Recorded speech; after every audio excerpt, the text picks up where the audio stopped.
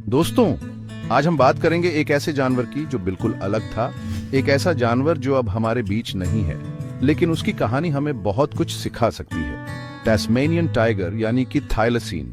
ये जानवर अपने समय का एक अद्भुत प्राणी था जो अब विलुप्त हो चुका है।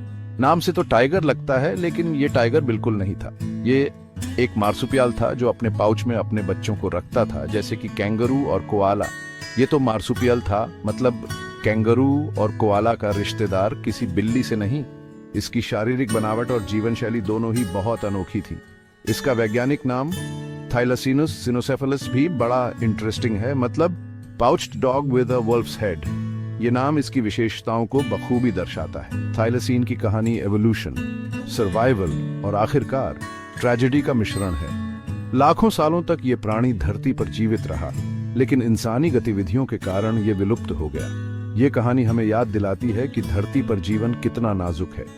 हर प्राणी का एक महत्वपूर्ण स्थान है, और अगर हम सावधान नहीं रहे तो और भी कई प्राणी विलुप्त हो सकते हैं। और ये भी कि इंसान का नेचर पर कितना गहरा असर पड़ता है।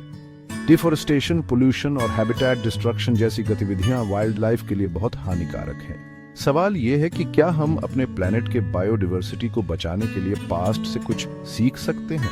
क्या हम अपने गलतियों से सबक लेकर भविष्य को बेहतर बना सकते हैं? हमें मिलकर काम करना होगा, कंजर्वेशन एफर्ट्स को बढ़ावा देना होगा और आने वाली पीढ़ियों को नेचर के महत्व के बारे में सिखाना होगा। तभी हम अपने प्लेनेट को बचा पाएंगे। तो दोस्तों, आइए हम सब मिलकर इस दिशा में कदम बढ़ाएं और अपने प्लेनेट को एक बेहतर जगह बनाएं, ताकि आने वाली पीढ़ियां भी इस अद्भुत बायोडाइवर्सिटी का आनंद ले सकें। आज हो सिप थाइलसीन में कुत्ते और बिल्ली दोनों की कैरेक्टरिस्टिक्स थीं। यह एक अनोखा मार्सुपियल था जो अब दुर्भाग्यवश विलुप्त हो चुका है। इसकी विशेषताएं इसे अन्य जानवरों से अलग बनाती थीं। इसकी सबसे खास पहचान थी इसकी धारियां। ये धारियां न केवल इसे पहचानने में मदद करती थीं, बल्कि इसके जीवन में भी महत्वपूर्ण भूमिका निभाती थीं। पीठ और रंप पर 13 से 19 तक ये डार्क बैंड्स इसे टैस्मेनियन टाइगर का निकनेम देती थीं। ये धारियां इसे शिकारियों से छुपने में मदद करती थीं और इसके शिकार को भ्रमित करती थीं, लेकिन टाइगर से यही समानता खत्म हो जाती है। थाइलसीन का व्यवहार और जीवन शैली बिल्कुल अलग थी। ये एक नॉक्टर्नल प्राणी था जो रात में सक्रिय रहता था और दिन में आराम करता था। थाइलसीन का साइज एक मीडियम साइज्ड डॉग के बराबर था। मेल्स थोड़े बड़े होते थे फीमेल्स से। इसका वजन 15 से 30 किलोग्राम के बीच होता था और इसकी लंबाई 100 से 130 सेंटीमीटर तक होती थी। इसके शॉर्ट डेंस फर का कलर सैंडी येलो से ग्रेश ब्राउन तक होता था, जो टैस्मेनियन जंगलों में इसे छुपने में मदद करता था। यह फर इसे ठंड से भी बचाता था और इसे विभिन्न मौसमों में जीवित रहने में मदद करता था। लेकिन इसकी सबसे अलग बात थी इसका पाउच। यह पाउच न केवल इसके बच्चों को सुरक्षा प्रदान करता था, बल्कि उन्हें गर्म और सुरक्षित भी रखता था। बाकी मार्सुपियल्स की तरह फीमेल थाइलसीन में भी एक बैकवर्ड फेसिंग पाउच होता था, जहां वो अपने बच्चों को पालती थी। ये पाउच विशेष रूप से महत्वपूर्ण था क्योंकि थाइलसीन के बच्चे बहुत छोटे और कमजोर होते थे और उन्हें अपनी मां की सुरक्षा की आवश्यकता होती थी। इस पाउच में बच्चे तब तक रहते थे जब तक वे स्वतंत्र रूप से जीवित रहने के लिए पर्याप्त मजबूत नहीं हो जाते थे। ऑस्ट्रेलिया के साउथ में स्थित टैस्मेनिया का आइलैंड थाइलसीन का आखिरी घर था।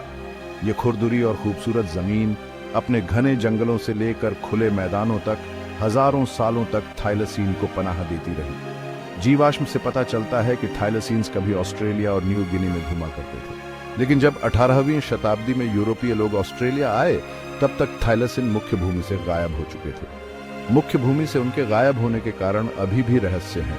हालांकि डिंगोज के साथ प्रतिस्पर्धा और जलवायु परिवर्तन को भी एक कारण माना जाता है।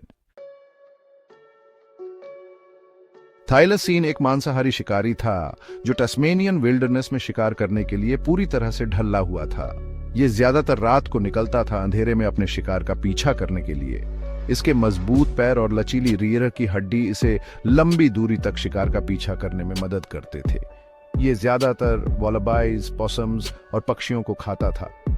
थाइलसीन के मजबूत जबड़े और तेज दांत किसी को भी कुचल सकते थे, जबकि इसका चौड़ा मुंह इसे शिकार को पकड़ने और काबू करने में मदद करता था। पांचवा भाग, लुप्त होती धारियां।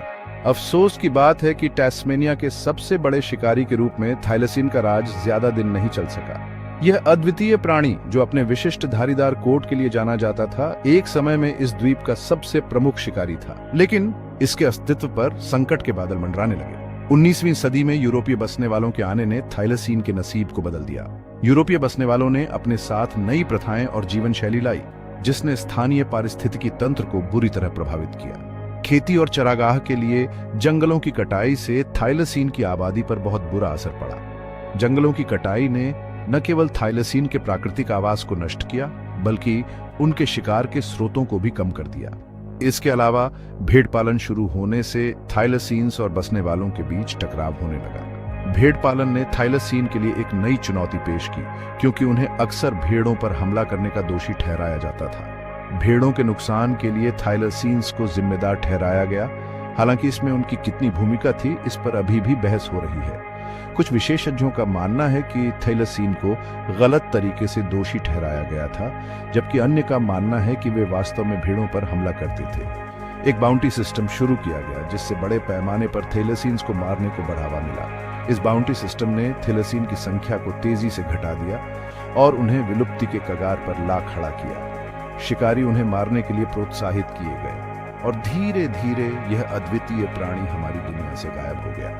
आखिरी झांत थाइलसीन 1936 में बेनजिन चिड़ियाघर में मरा और इसके साथ ही एक युग का अंत हो गया। आज थाइलसीन की केवल यादें और कुछ धुंधली तस्वीरें ही बची हैं, जो हमें इस अद्वितीय प्राणी की याद दिलाती हैं। हालांकि थाइलसीन अब हमारे बीच नहीं है, लेकिन इसके लुप्त होने की कहानी हमें यह सिखाती है कि हमें अपने पर्यावरण और वन्य जीवों की रक्षा के लिए सतर्क रहना चाहिए। ये एक चेतावनी है कि अगर हम अपने प्राकृतिक संसाधनों का सही तरीके से प्रबंधन नहीं करेंगे, तो और भी प्रजातियां इसी तरह गायब हो सकती हैं। आज कई संगठन और वैज्ञानिक इस बात पर काम कर रहे हैं कि कैसे हम अपने पारिस्थितिकी तंत्र को बेहतर बना सकते हैं और अन्य प्रजातियों को विलुप्त होने से बचा सकते हैं। ये एक निरंतर प्रयास है और हमें इसमें अपना योगदान देना चाहिए। अगर हम सब मिलकर काम करें, तो हम अपने ग्रह को एक बेहतर और सुरक्षित स्थान बना सकते हैं, जहां सभी प्रजातियां फल फूल सके। थाइलसीन की कहानी हमें यह याद दिलाती है कि हर प्राणी का अपना महत्व है और हमें उनकी रक्षा के लिए हर संभव प्रयास करना चाहिए। लगातार शिकार, रहने की जगह की कमी और शायद बीमारी ने थाइलसीन को विलुप्त होने के कगार पर पहुंचा दिया। बेंजामिन नाम का आखिरी झांत थाइलसीन 1936 में होबार्ट जू में मर गया। बेंजामिन की मौत के बाद से जंगल में थाइलसीन को देखे जाने की कई खबरें आई हैं, जिससे उम्मीद जगी है कि ये प्रजाति अभी भी जिंदा हो सकती है। हालांकि कई तलाशियों और जांच के बावजूद इनमें से किसी भी खबर की पुष्टि नहीं हो पाई है। थाइलसीन विलुप्त होने और संरक्षण की जरूरत का प्रतीक बन गया है। हाल के सालों में जेनेटिक्स और क्लोनिंग टेक्नोलॉजी में तरक्की ने विलुप्त प्रजातियों को वापस लाने की संभावना में रुचि जगाई है, जिसमें थाइलसीन भी शामिल है।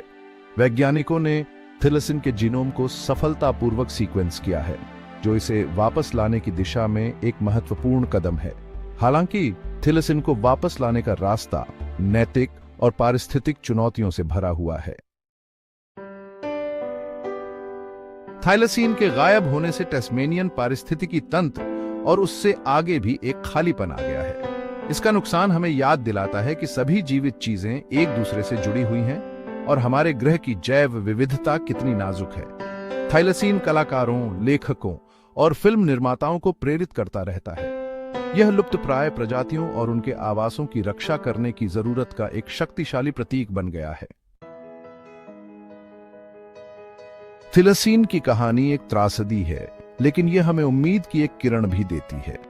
अतीत की गलतियों से सीखकर हम एक ऐसा भविष्य बनाने का प्रयास कर सकते हैं जहां ऐसे नुकसान को रोका जा सके। हमें संरक्षण के प्रयासों को प्राथमिकता देनी चाहिए, आवासों की रक्षा करनी चाहिए और आज लुप्तप्राय प्रजातियों के सामने मौजूद खतरों का समाधान करना चाहिए। थाइलसीन की विरासत हमें हमेशा याद दिलाती रहे कि विलुप्ति हमेशा के लिए होती है। यह हमारी जिम्मेदारी है कि हम यह सुनिश्चित करें कि आने वाली पीढ़ियों के लिए ग्रह की शेष जैव विविधता सुरक्षित रहे।